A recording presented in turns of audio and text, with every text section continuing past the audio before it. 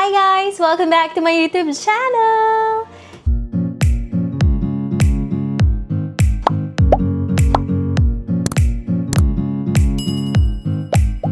So, for today's vlog, it's all about getting ready with me for my airport standby duty.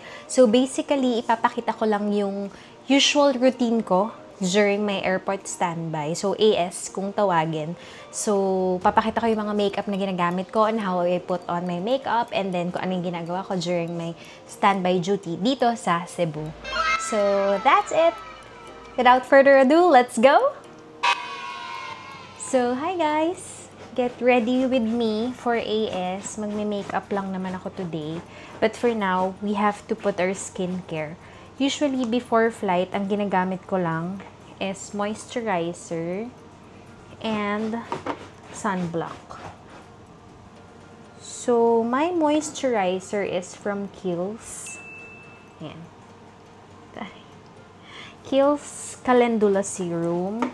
And then this one is yung sunblock ko. So, let's put alcohol first.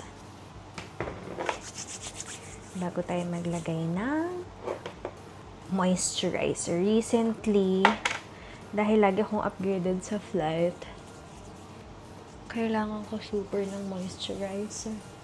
Hindi niya kinakaya. Ang dryness, kahit grabe na ako uminom sa aeroplano ng tubig. Kasi grabe talaga ako uminom ng tubig, guys. So, papakita ko lang sa inyo kung paano ako mag-ipit for flight. AS naman ako ngayon. Ano ba na? Ayan, papatuyuin lang natin yung moisturizer before putting. Kailangan mo na siyang ma-absorb ng face ko before putting the sunblock. Time now, it's 1:56. So, susundin ako ng service around 4 p.m. So, habang hihintay natin na mag-dry siya, I'll be putting the watch. Also, yung pin. If you're curious about this, napaso yan. And then, maliit lang siya actually. Nagluto kasi ako. Nagprito lang ako. Maliit lang yan. Kaso, for some reason, natuklap siya kanina. Ang bilis niya nag-brown eh. Tapos natuklap siya kanina. Sobrang sakit. So, wala akong ulawa. Anyway, nilagyan ko na lang kasi nga, lalo siya mai-irritate. Magpeklat.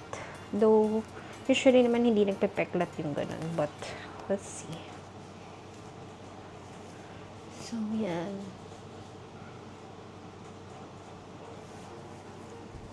Ang haba na ng buko, no? Dati, vlog ba ako before short hair?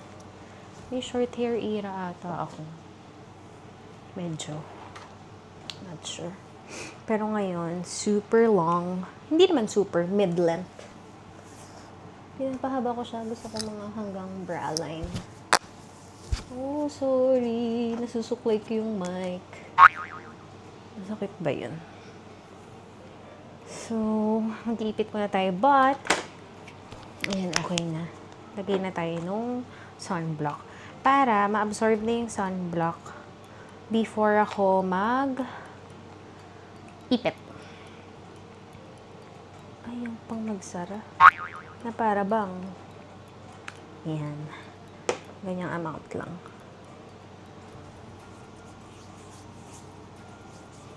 Kaya na yung buong face and neck. Kasi ayoko din ng too much. Parang, pag too much kasi parang hindi masyado na-absorb or lumalapat yung makeup. Ako lang naman to. Hindi ko sure sa iba. Pero for me, nagkikiki kasi or something. Basta parang pag hindi na-absorb masyado, tas di pa siya ganun ka-dry, ang hirap i-lapat ng makeup sa face. And then usually, hands talaga yung gamit ko pang spread. Hindi lang sa skincare. Kung makikita nyo mamaya, mas komportable ako sa foundation and sometimes sa eyeshadow. Kamay ko. Parang mas nalalagay ko kasi siya sa ko here. Though, alcohol naman ako, so it's fine. May times lang parang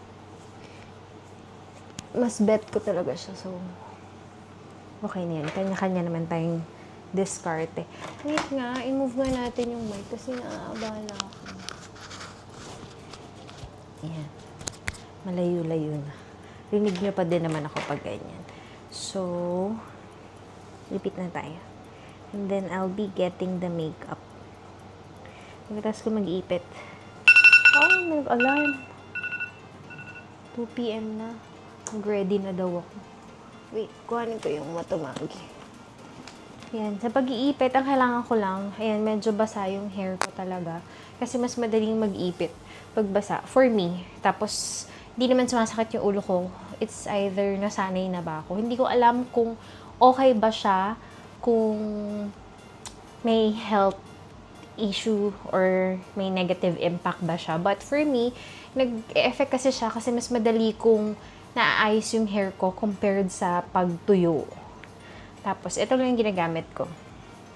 Metomage. From Japan. Sa Donki lang to nabibili. Ganito siya, white. Nabibili din siya online, pero pag may mga friends ako na nagja-Japan, or magja-Japan, yun, nagpapasabay ako. Kasi mas mura dun. Pero syempre, pag walang magja-Japan, ito yung choice. Sa Lazada ko or sa Shopee bumibili ng Matomage. Usually naman available na yung mga Japan items online. It's just that mas mahal. So kung may mga friends kayo magja-Japan, pabili na lang kayo kasi mas mura. Kung may patong man sila, mas mura pa din. So yun. 'Di ba parang sa iba, masakit sa kanila pag nag-iipit ng basa. Sumasakit daw ulo. Feeling ko dati ganun. Pero dahil nasanay na ako. Doon alam ko, di ba parang mas nadadamage. Tama ba? Parang mas nadadamage yung hair ko ganun. Susanay na akong ganun eh. Sorry. Yun yung nag-work for me. Kasi nga kailangan plakado yung buhok, di ba? Though, fake bun lang pa rin gamit ko. Kasi para hindi nga masyadong madamage yung hair. Pero pwede na kami nung donut bun eh. Kaso sanay na kasi ako dito. Pag donut bun, try ko next time. Pag kaya ko.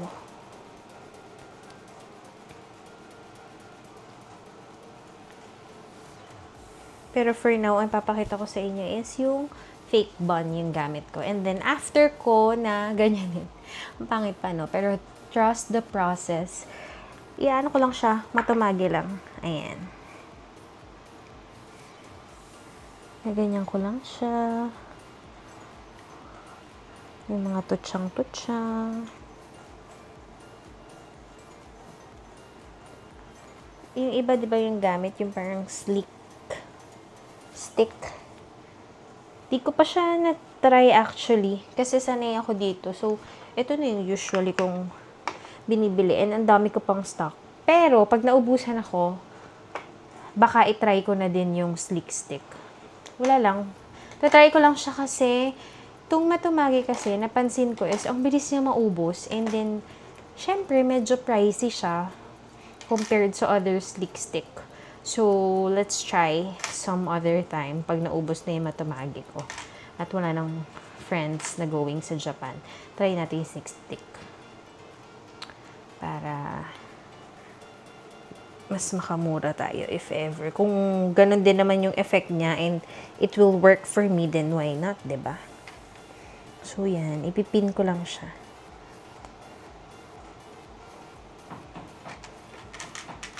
Diba, may nagpupukpuk pa. Naririnig nyo ba? Sorry na sa ingay. Pero may parang construction dun sa kabilang room. Hindi ko alam. Baka ipapa-Airbnb nila kasi pinapaayos eh. I-renovate. Actually, both rooms. Kasi wala akong katabi dito, tsaka sa other side. I mean, walang nag-rent. May times lang, parang nag-Airbnb, not sure kung Airbnb yun. May mga times kasi minsan may veranda kasi siya, so minsan sa veranda may nakalagay or baka sa owner yun. Tapos minsan wala.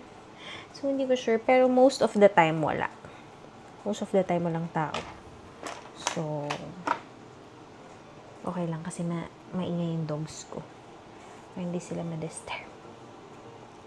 Ayan. Tapos ipipin ko lang. Then this one, ipipin ko na rin siya bago. Ayan. Hinanap ko lang yung mas bago-bago pa para mas maganda yung dapat niya sa hair ko. Ayan.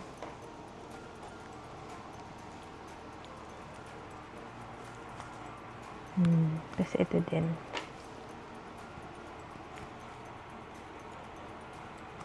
Tapos, yung excess niya, saka ko i-close para sealed yung excess na hair, yung short hair, sa bun.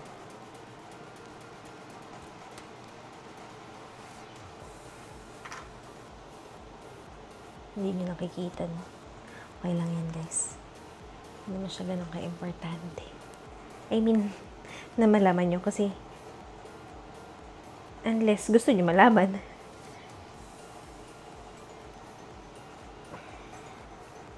Kasi routine ko lang naman siya every flight.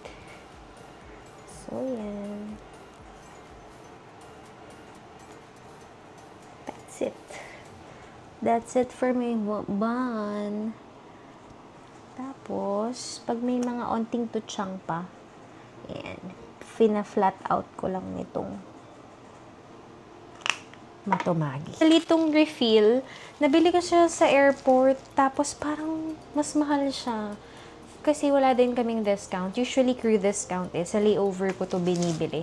Kaso, ubos na kasi. So, sayang. Sana pala nakapagpabili ako sa mga mag-Australia. Anyway, so, ito yung ginagamit ko usually. Ngayon, dahil ubos na yung MAC ko, ayan, nire-refill lang siya. Teka, pakita ko sa inyo ha. Ito yung ginagamit ko kasing powder, MAC. Tapos, ang shade niya is NC20. Ito siya. Ha? Pinaplastic ko kasi kay ate, tapos pinafold ko. Ito, NC20. Kita niyo ba? Ayan. NC20. Tapos, ino-open ko lang ito eh. Ito, na-open natin siya. Ayan. Tapos, makikita nyo ganito. Ang galing. Ang ganda ng bagong packaging ng MAC. Actually, hindi na siya super bago, pero medyo bago pa siya. Ganyan siya. So, may pang-apply na siya. Nag-alarm na naman. Wait, sorry.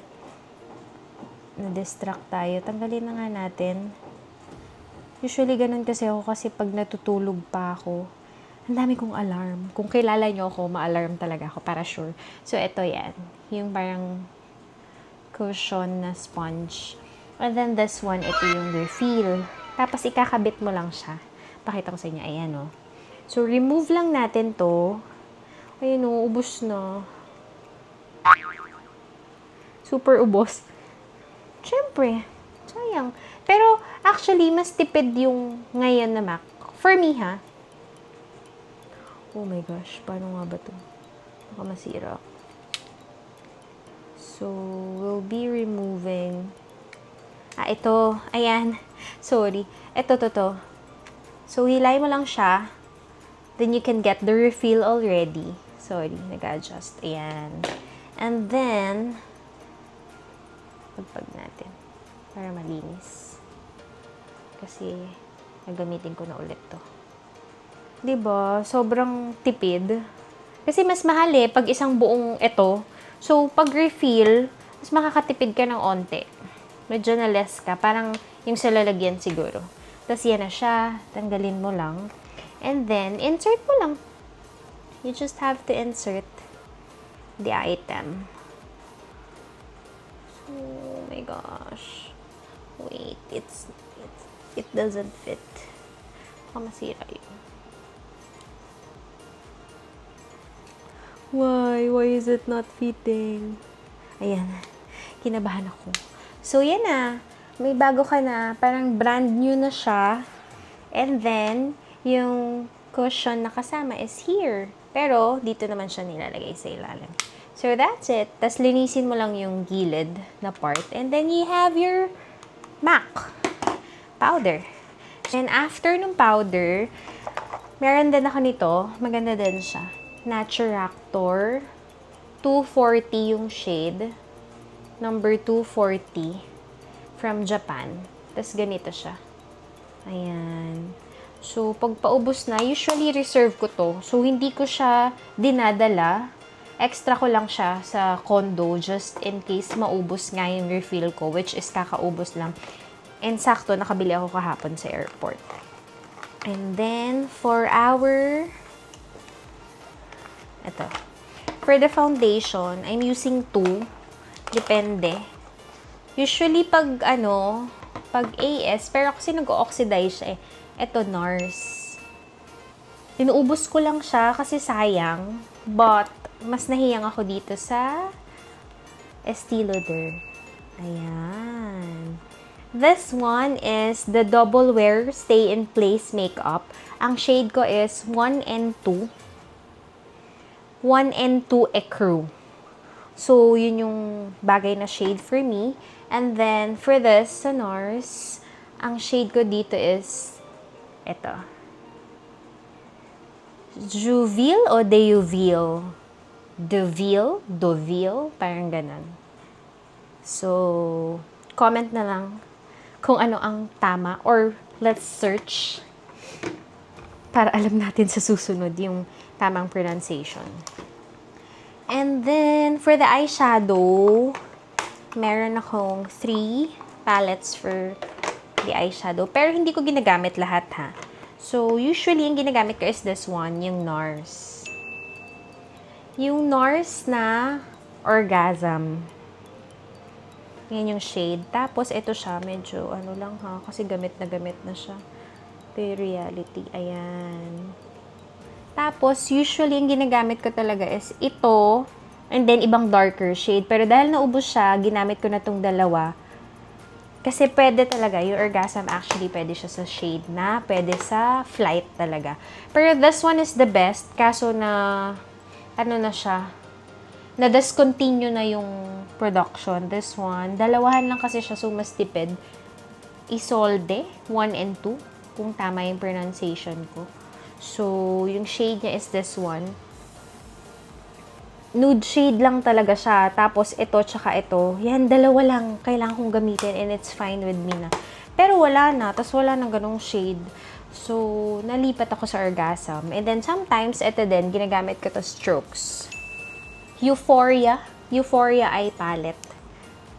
Yun yung ano niya. Euphoria Eye Palette. Kasi, mas ito yung mga shade namin sa flight. Ayan. Okay, that's for the eyeshadow. And then sa blush, I'm using this one. Rare Beauty. Meron pa ako isang shade eh. Pero this one is Encourage. Ayan, gusto ko tong Encourage. Pag naalala kong gamitin. Kasi usually powder blush lang ako. And then this one, yung powder blush ko is Dolce Vita. So, ang shade niya ay ito.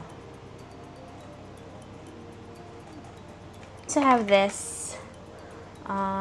This one is yung color corrector ng Strokes. The shade is Light CC. Focus ba? But it's Light CC. And then the other one, ito talaga yung concealer ko. Favorite concealer ko talaga. This one is Tarte.